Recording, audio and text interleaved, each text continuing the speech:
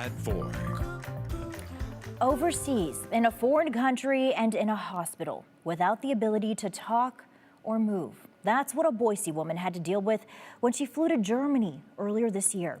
Now, we first introduced you to Victoria Burns in June through her dad, Billy, when he and Victoria's mom started a GoFundMe to bring their daughter home to the United States.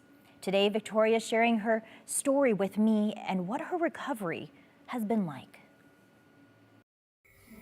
7 months ago, this was 22-year-old Victoria Burns when she was hospitalized in Germany. Fast forward to now, and this is the Boise woman back home in the Treasure Valley. It was scary looking back on it.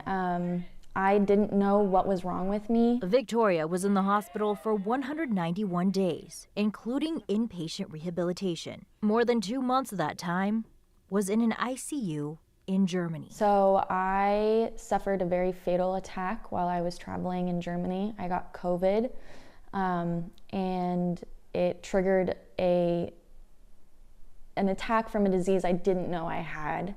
I suffered cardiac arrest and I had to have a tracheostomy performed and was resuscitated. Victoria has a rare metabolic disorder known as acute intermittent porphyria.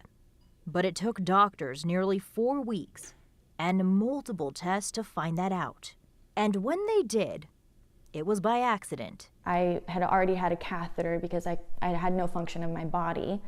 The bag they set on the side that was facing the window, and when you have porphyria and you have increased porphins, when you're in an attack, your urine changes colors due to UV rays. That change reminded the medical staff there about an episode from the TV show Scrubs. And they're like, "You're in a Scrubs episode. Like, your disease is so rare, it's in a Scrubs episode." From there, doctors changed her treatment. But while this was all happening, Victoria was paralyzed. So with porphyria, you suffer nerve damage from like the neuropathy and the attack on your nervous system.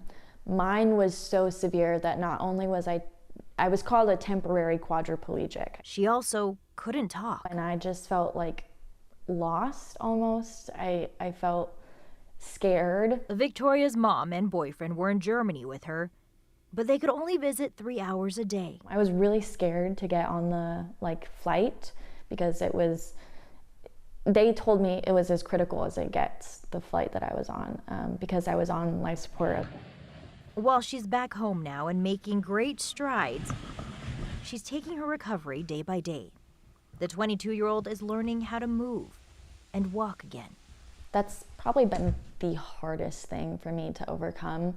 I don't have my 22-year-old body that I'm used to. I can't bend over or sit up on my own or just walk around by myself. I always have to have support or someone to help me.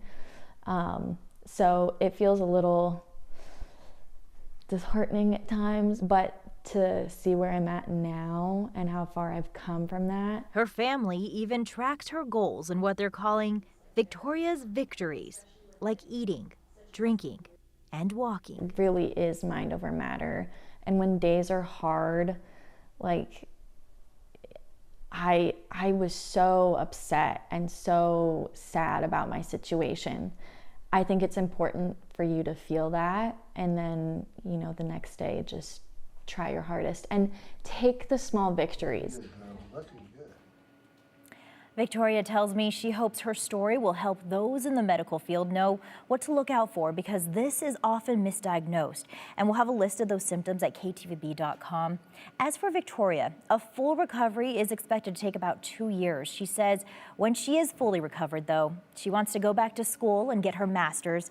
And one day she wants to go back to Germany.